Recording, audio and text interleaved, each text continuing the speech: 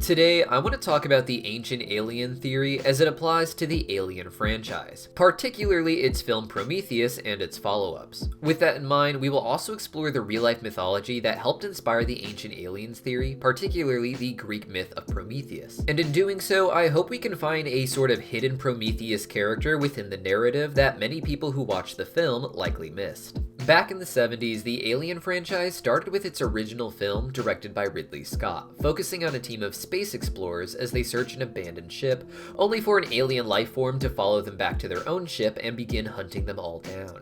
This alien is referred to as the xenomorph generally, and has a life cycle starting as an egg, which hatches into a facehugger, then implants an embryo in a living host, leading to the birth of a xenomorph.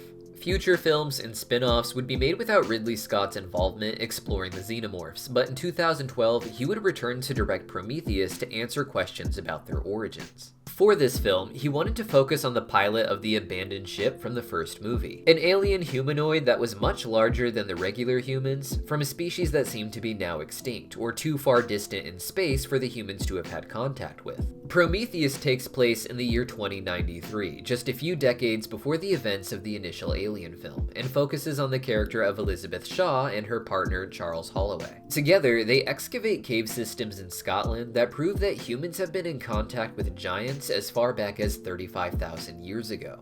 All around the world, similar artwork is found of these giants, all pointing towards the same star system.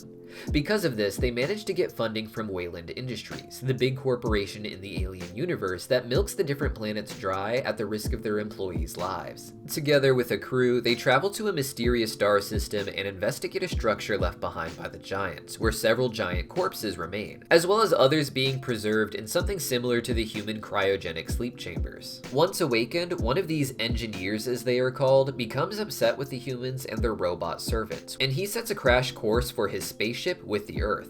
This would be devastating, as the ship contains many pods housing earlier iterations of the facehuggers seen in the other Alien films, above which we see a religious-looking mural depicting a protomorph, an earlier version of the xenomorph, which is described by Scott Ridley as being more pure than the later xenomorphs. To crash this ship into the Earth would lead to the facehuggers getting to humans and quickly becoming a wave of xenomorphs that would wipe out all of humanity. Shaw, of course, managed to convince her crew to sabotage this plan, but even with the later film Alien Covenant following up on her story, it didn't leave viewers with much in the way of answers. Now, by 2012, the Ancient Aliens conspiracy theory had already been popularized in the mainstream thanks to the Ancient Aliens documentary TV series over on the History Channel, but it had actually existed long before that, and had even been used as the plotline for niche anime such as Gene Shaft, which dealt with humans having to fight the left-behind technology of giant aliens set to wipe out humans if they become too destructive. The point is that this was not something new or groundbreaking at the time, but it did manage to make interesting connections while also not being too overt. Starting with Prometheus, each of the Alien films has a name used within the film as the name for the primary ship featured in it: the Prometheus, the Covenant, and finally the Romulus.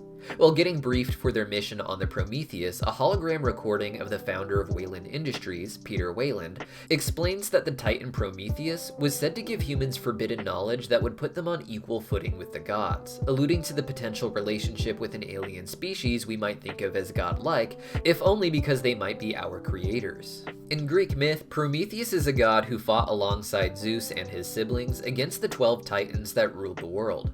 Prometheus is described as a titan in the film, though he is not one of the 12 titans named in the early Greek texts like Hesiod's Theogony. Instead, Prometheus is like Zeus in that they are both the descendants of titans, Zeus being the child of Kronos, who we also call Saturn, and Prometheus the child of another titan known as Iapetus. Prometheus is sometimes called a titan because the implication is that his character was more closely associated with the titans than the generation of the Olympians, but that Prometheus chose to fight on their side anyways, overthrowing their respective parents. Following this, however, Prometheus begins to give the forbidden knowledge of the gods to the humans, who Zeus saw as only existing to serve the gods by farming the earth. When Prometheus gives humans the gift of knowledge of unwearying fire, Zeus punishes the humans and Prometheus with various curses, including chaining Prometheus himself to the earth. Now, in the last century or so, there's been a push to connect this and many myths like it found in cultures around the world to the idea of aliens guiding our development in the past or even being our original creators. Prometheus himself is described as being the creator of humans in Greek myth, hence why he was so willing to harm himself in order to give humans knowledge they believed would help them in relation to the other gods. Prometheus is not the only god with this kind of story, however. In the Sumerian mythology, for instance, it is Enki who created the humans. While Enki has many differences from Prometheus based on their unique tribal histories, they also share the common origin of being the god who warns humanity of the Great Flood and their respective mythologies. In the Sumerian mythology, it is Enki's older brother Enlil who decides to end the human race by sending a great flood. And in Greek mythology, it is Zeus who does this for similar reasons. However, in the Sumerian and in the Greek, Enki and Prometheus both warn humans in order to save them. Now, while Prometheus is the one responsible for personally creating humans, it was on behalf of all the gods to serve the ruling god Zeus in particular, and we can see echoes of this in the Prometheus movie. Here, the aliens as a whole more so represent the gods as a whole, particularly Zeus, who wanted to see humans eventually wiped out. This is why, at the end of the film, the reawakened engineer tries to send his spaceship crashing into the Earth in order to kill all humans. The title Prometheus, however, implies that there was an engineer more closely involved with the humans, or even a group of engineers more involved with the humans, who wished to have them saved. This would be the engineers that we see in the artwork around the world, similar to the cave paintings that Elizabeth finds in Scotland, where these giants are presented as being like the mythic figures of different pantheons who give humans wisdom and assistance. When it comes to the humans, it's important to note that they weren't just created by the engineers, but were in a way descended from them. At the beginning of the film, we see one engineer in particular giving his life in order to create humans by ingesting a black goo that causes him to dissolve in the water. It's important to note that in Greek mythology, Prometheus himself is actually the ancestor of the Greek peoples, with the person he warned of the incoming flood being none other than his own son Deucalion. Deucalion was the father of different patriarchs, including Helen, who would go on to be the father of the Hellenistic peoples of Greece. And it's because of this that some ancient aliens conspiracy theorists want to believe that the gods are actually aliens who didn't just develop humans, but who are actually their ancestors. In the Sumerian mythology, we get a similar story with Enki, the equivalent to Prometheus, who is still the creator of humans, but in at least one account, creates them by killing the god of intelligence and mixing their blood with the earth to create these lesser forms. Ridley Scott even cites the Bible itself as inspiration for this choice in Prometheus, as the creation account of humans describes them as being made in the image of God and the other angels, or the other gods. In the Alien universe, the engineers are described by Ridley Scott as colonizing many planets, wiping out the potentially threatening life there and curating life that they want to see develop. Humans would be one of these experiments, perhaps even on multiple planets, but upon seeing how destructive the humans were to their environment and themselves, they would choose to annihilate their species. Based on what Ridley Scott said behind the scenes, humans were intended to be wiped out at an earlier point, but something seemed to sabotage that, with the hints being that it was the Promethean figure among the engineers. This could have just been one close to the Earth, or it could have been some of the ones among the very installation explored in Prometheus, with an engineer sabotaging the plans to use the ship to wipe out the humans, just as the god Prometheus saved humans from the flood sent by Zeus and the greater alliance of other gods. This Prometheus, or these engineers collectively, are the secret hero of the Prometheus franchise, the ones who ensured that humanity would get to continue, despite knowing that it could lead to their own demise, with Prometheus itself simply meaning foresight. It's interesting to note that the body of the engineer they find decapitated in Prometheus is said to have been there for about 2,000 years, meaning that the last seeming attempt to use this ship in order to destroy the Earth took place around the same time as the life of Christ, the time where God was said to come down to Earth in human form and ensure that humans are forgiven for their more sinful nature and are allowed to continue to exist. In the Alien universe, the xenomorphs, or rather their earlier form, the protomorph, is the prize project of the engineers, with Ridley Scott calling the humans an experiment that just went wrong. The protomorphs are not the creation of the engineers, but rather they are something perhaps even predating the engineers that the engineers simply found and began to cultivate and guide the evolution of. The protomorphs have a strong connection to the black goo, which is something of a primordial ooze that develops parasitic life forms.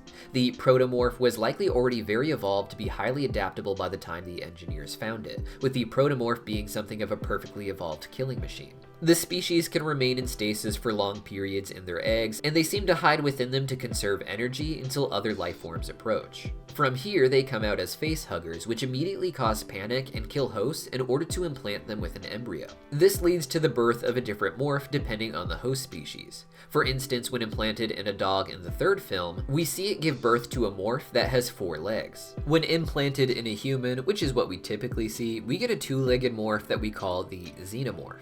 It's a species that can survive out in the vacuum of space as well as on most any planet, with hard to penetrate bodies of silicone and acid blood on the inside. It's a species that managed to slowly evolve, perhaps over billions of years, to have the most insane combination of life preservation traits. Traits that eventually made them useful for wiping out life on entire planets. This is how the engineers would level a planet in order to introduce their own life forms, such as the humans. And it's easy to imagine that they would send down these facehuggers and the xenomorphs in order to wipe out all of the dinosaurs or previous other species that were existing on the Earth before they started experimenting with humans and life safe for them. Interestingly, we also see some connections to the xenomorphs in mythology, particularly in the Jewish Apocrypha. Here, we get texts like the Book of Enoch, which talk about the fallen angels known as Watchers sent down to guide humanity, which is also an important part of the ancient aliens conspiracy theory. These eventually gave humans forbidden knowledge and, interestingly, began to take human wives, breeding into their lines and leading to a race of giants referred to as Nephilim that began to eat the humans. In the Alien universe, you can imagine this as being a reference to the facehuggers sent by the engineers, creating the xenomorph giants that humans had to fight in the ancient past. Like Prometheus, these Watchers were said to give humans forbidden knowledge that God had not wanted for them, knowledge that supposedly corrupted humans and led to them needing to die in the flood.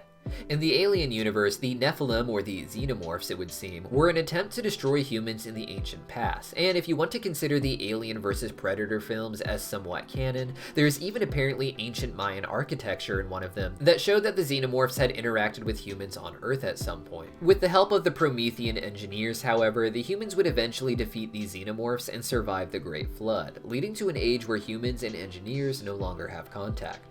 Instead, all that would remain is the ancient artwork that Shaw and Holloway saw depicting the giants pointing to the stars. At the beginning of the film, this appears to be an invitation to Shaw and the others, but by the end of the film, it seems clear that this was actually the final warning of the giants, a message that no matter what humans do, this is what they should stay away from. This allows the film to play into the theme of forbidden knowledge, which in the various ancient mythologies, gods and the humans can't help but reach for. This is of course most famous in the story of the Garden of Eden in the Bible, where humans are told by God not to eat from the fruit of forbidden knowledge, but choose to do so in order to be like the gods. In the film, the humans can't help but reach for knowledge that they are not ready for, knowledge that ultimately corrupts them, and the engineers were no different. They had reached for the xenomorphs and tried to make this perfect species, as they are often referred, a weapon for their own use. While they showed a reverence for the protomorphs, that wasn't going to stop it from overtaking their own species one day, which is why the installations were on moons away from their homeworld. That way, if an outbreak ever happened, it would be isolated to just those installations and could be abandoned. These outbreaks seem to happen quite a bit, with humans finding these ships where the xenomorphs got out both in Prometheus and in the original Alien film. Thus, the engineers are not that much different from the humans, they just see themselves as above them, but ultimately they make the same mistakes, and even in letting the humans live, that just leads to the xenomorphs being able to wipe out their entire species back on homeworld, as seen in the film Alien Covenant. While there could be other engineer outposts out there, the engineers that seem to remain on homeworld seem to have lost all of their advanced technology, and they are quickly wiped out by David's bioweapons. It was because of their desires to simply experiment and create life that led to the humans creating their own experimental life, an artificial intelligence robot, which in turn came back to kill them with the initial experiments they did involving the xenomorph. Now, when it comes to these myths and the ancient aliens conspiracy theory, I find that a lot of the evidence cited doesn't really hold up. There are exceptions, of course, including exceptions that seem to inspire Prometheus, such as the Watchers and their descendants in the Jewish Apocrypha being described as shape-shifting beings from space who have shining skin. However, in the paganistic mythologies, the gods are pretty clearly not meant to represent alien forces, but rather the people themselves. Enki, for instance, is the creator of humans in the Mesopotamian mythology, but in the later Babylonian mythology, which inherited the same characters, the role of creating humans suddenly shifted to the god Marduk, who was the patron god of the Babylonians, similar to how Enki was the patron god of Eridu. The same way that they worship Zeus in Greece, but each town has their own patron deity, such as Athena or Ares. In general, the creator god doesn't have to be the chief god of the pantheon, which represents the most powerful culture in the region, but rather the creator of humans in each mythology tends to be the god of the host culture itself. Hence why Prometheus is credited with creating humans in Greece, in addition to being the actual ancestor of the Greek people, with Zeus being the god worshipped the most. Back before writing was possible, or even just easy to preserve, myth became an easy way for people to keep track of their history. This is why so much of mythology is either shared world events, such as the Great Flood, or simply wars between different gods, representing two different cultures going to war. By condensing entire people's lineage into a symbolic god, you can convey that as a human tribe, you have power over the world and contend only with other gods with powers like yours, or other tribes that have conquered the region. We see even more evidence for this in Rome, where it is well known to have exact parallels to the Greek mythology, with Zeus being represented by Jupiter, and his father Kronos being represented by Saturn. In Greek mythology, Kronos is thrown into Tartarus after being defeated by Zeus, Tartarus being the darkest of underworlds representing his death. In the Roman mythology, however, Kronos, or Saturn, is described instead as fleeing to Italy, where he started a golden age by teaching the people farming. In Roman mythology, they also claim lineage from the city of Troy from the Greek myth of the Trojan War, claiming that after the fall of Troy at the hand of the Greeks, they simply fled to Italy, making Saturn, or Kronos, just a mythological symbol to describe another civilization in the past that the Greeks had fought against. Prometheus himself then is not really a god who created the Greeks, but rather he represented the Greeks in these particular myths, such as the way that Saturn ended up representing Rome, and each patron deity representing the history of its own people. Even greater evidence for this can be found in the Bible in the story of Noah's Ark, which is an obvious parallel to the story of Deucalion surviving the flood because of his father Prometheus. In the Bible, Noah has 3 sons, one known as Shem, the father of the Semitic peoples, Ham, the father of peoples like the Egyptians and the Babylonians, and finally a son that we refer to today as Japheth. Japheth in the original Hebrew is spelled with just the letters Y, P, and T, as they had no vowel markers, and the Greeks saw this as a clear connection to the Titan father of Prometheus, Iapetus, in their own flood story. Iapetus, as said earlier, was the father of Prometheus, who is the father of Deucalion, who is the father of Helen, and the father of the Greek peoples. Japheth in the Bible goes on to be the father of Europeans in general, particularly the people of Yavan, which were known to later become the Greek Ionians, emphasizing that these weren't gods or even aliens, but just tribes of humans being represented by singular figures. This doesn't mean that aliens couldn't have influenced our past or these myths in some way, but it doesn't point to that conclusion the way people like to imagine after watching the Ancient Aliens TV series. When they read these stories and ancient myths, they want to believe that only some alien-like species could have possibly come down and taught humans how to farm. But when all the different myths are lined up together, it becomes more obvious that it was just humans enslaving each other and forcing them to do the farming labor for them, before these later tribes eventually seized power of their own people and rebelled against the tribe that supposedly created them. If you made it this far, you're either a big fan of the Alien franchise, or you're really interested in the esoteric interpretations of media. And if that's the case, please consider subscribing so you don't miss our next videos, as I'll be trying to dive into everything I can find in the media that deals with these esoteric themes in order to better explain them. If you really want to support me, consider joining us on Patreon. We don't have much in the way of perks yet, but I am producing content that will be available earlier there if nothing else, and I of course can answer questions you may have about different esoteric ideas more directly. Link is in the pinned comment down below, and I'll see you guys next time.